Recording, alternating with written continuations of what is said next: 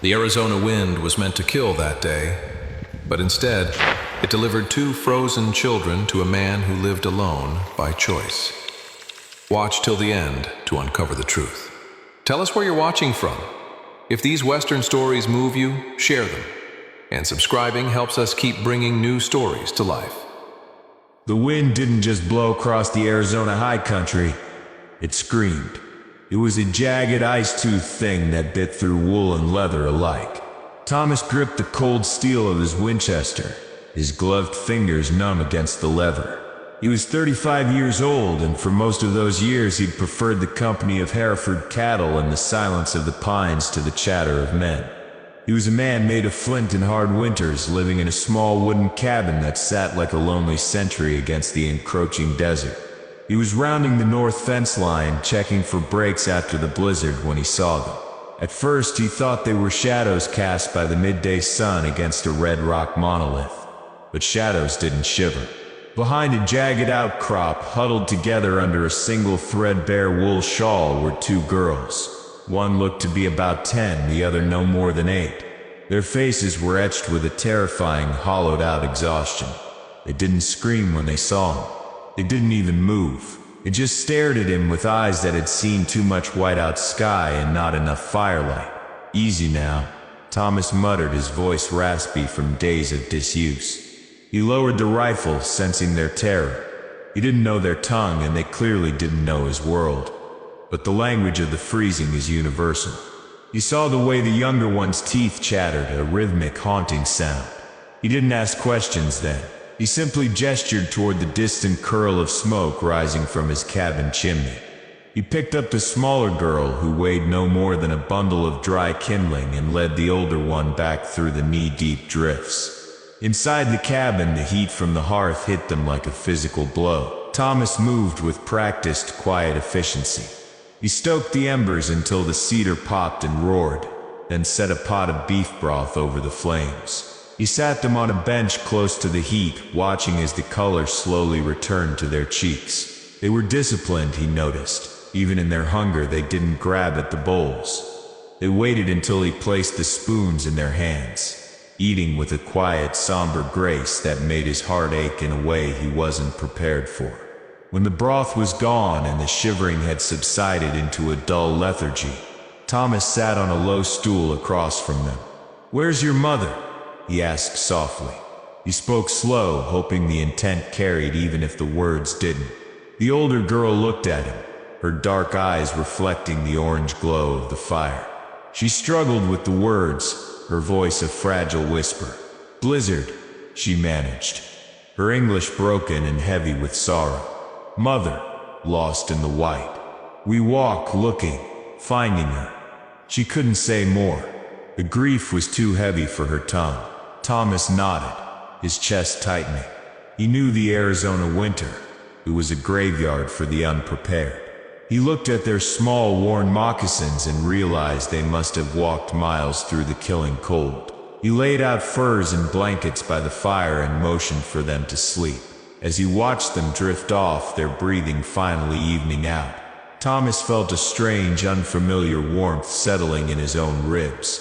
He'd spent a decade making sure he was responsible for no soul but his own. Yet, watching them, he felt a flicker of something better, a sense of purpose that went beyond the branding iron and the fence line.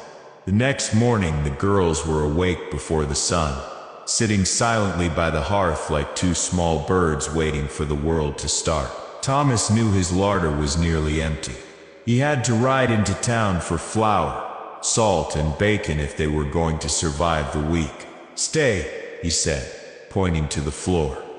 "I'll be back. Stay inside." He locked the heavy oak door from the outside, not to keep them prisoners, but to keep the mountain lions and the wandering raiders out. He rode hard toward the settlement, the grit of the trail stinging his eyes. The town was a collection of gray timber buildings huddled together for warmth. Inside the general store, the air was thick with the smell of sawdust and tobacco. A group of men were gathered near the stove, their voices low and urgent. "They say she's been wandering the flats for 2 days, the storekeeper said, weighing out Thomas's flour. "A native woman." lost her 2 girls in the storm when the tribe was moving south to the reservation lands. She's half mad with the grief of it, standing out there on the main street like a ghost. Thomas froze. The scoop of salt in his hand spilled over the counter. He didn't say a word. He paid his tab, slung the bags over his saddle, and stepped out onto the boardwalk. He saw her almost immediately. She was leaning against a hitching post, her clothes tattered, her face a mask of profound silent agony. She wasn't begging. She was just waiting for the world to end. Thomas approached her slowly. He was a man of few words, and his presence was imposing, but he tried to soften his eyes. "You looking for your kin?" he asked. She looked up, her eyes bloodshot and searching. "My daughters," she whispered. "Come," was all Thomas said. He didn't explain. He didn't have the words for the miracle of it. He led her back toward his ranch, her horse trailing behind his, the silence between them heavy with a desperate unspoken hope. When they reached the cabin, Thomas dismounted and unlocked the door. The 2 girls were sitting exactly where he had left them. When the door swung open and their mother stepped into the light, a sound escaped the older girl, a high, keening sob.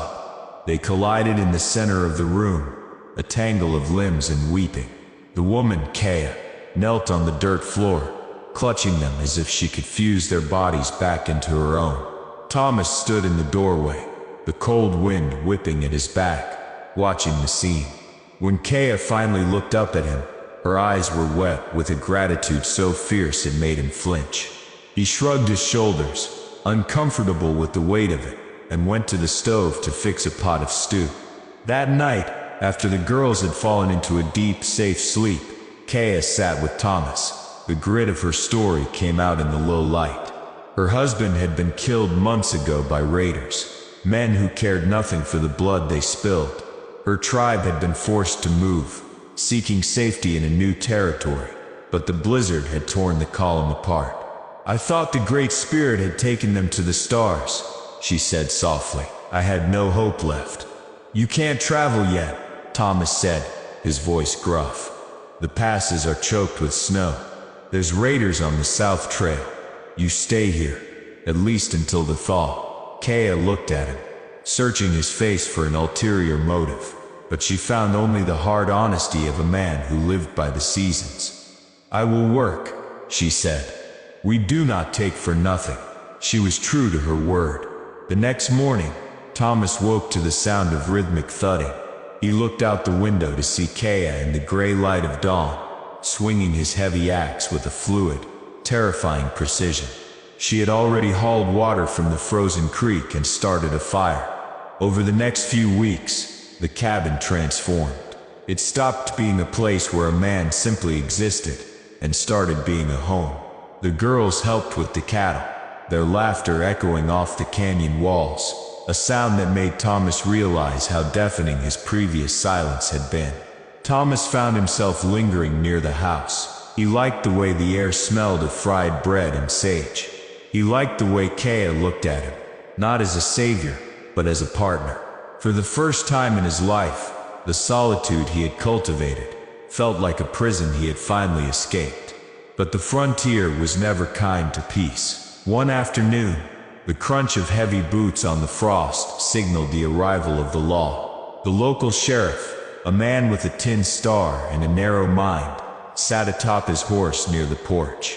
"Folks in town are talking, Thomas," the sheriff said, spitting tobacco juice into the snow, "saying you're harboring a native woman, taking up with her.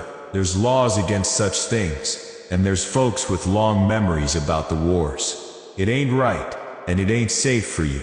You better move 'em along before the town decides to move 'em for you." Kaya was standing just inside the door, her hand gripping the frame. She heard every word. That night she approached Thomas. "We will leave tomorrow," she said, her voice flat with resignation. "I will not bring the fire of your own people down upon this house. You have been good, but we are a danger to you." Thomas didn't answer. He went out to the fence line, his mind a storm of its own. He started working on a broken rail, his movements frantic and angry. In his haste, the heavy mallet slipped. and a jagged splinter of ironwood tore through the palm of his hand, slicing deep. He hissed, clutching his wrists as blood began to soak his sleeve, hot and crimson against the white snow. Before he could even make it back to the porch, Kaya was there. She saw the wound and took charge with a quiet intensity. She led him inside, sat him down, and cleaned the gash with boiled water. He watched her as she pulled a bone needle and sinew from her pack. Her hands were steady, her focus unbreakable. As she stitched the wound, the pain was sharp, but Thomas didn't pull away. He watched her face, the strength in her jaw, the softness in her eyes. "You're leaving because you think I'm afraid of them?" Thomas asked, his voice a low rumble. "I leave so you can live in peace," she replied. Thomas reached out with his uninjured hand and took hers, stopping the needle. The suspense of the moment hung in the air, thick and heavy. "The peace I had before you got here, it wasn't peace. It was just being dead while I was still breathing." He looked at the two girls watching from the corner, then back at Kaya. "Don't go back to a tribe that's being hunted. Don't go out into that cold again. I have this cabin. I have this land. It's enough for 4 if you'll have me." Kaya searched his eyes, looking for any hint of doubt. "The town," she whispered. "They will hate us." "Let him talk," Thomas said, his grip firm. "I've got a Winchester and a sturdy door, but I'd rather face 1,000 of them with you inside this house than spend another winter alone. Kaya, will you stay? Will you marry a quiet man who's got nothing but a few cows and a heart that finally woke up?" Tears finally broke through her reserve, spilling down her weathered cheeks. She didn't speak. She simply leaned forward and pressed her forehead against his. It was a covenant made in the shadow of the desert peaks. The town did talk, for a while. There were whispers and cold stares when they rode in for supplies. But there is a certain kind of grit that demands respect.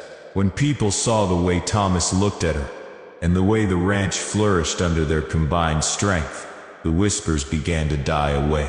The desert is a hard place, but it recognizes life when it sees it. And in that small wooden cabin, beneath the vast Arizona stars, Thomas was no longer a man alone. He was a man home. If you enjoy our Western stories, consider subscribing. It really helps us keep creating more for you.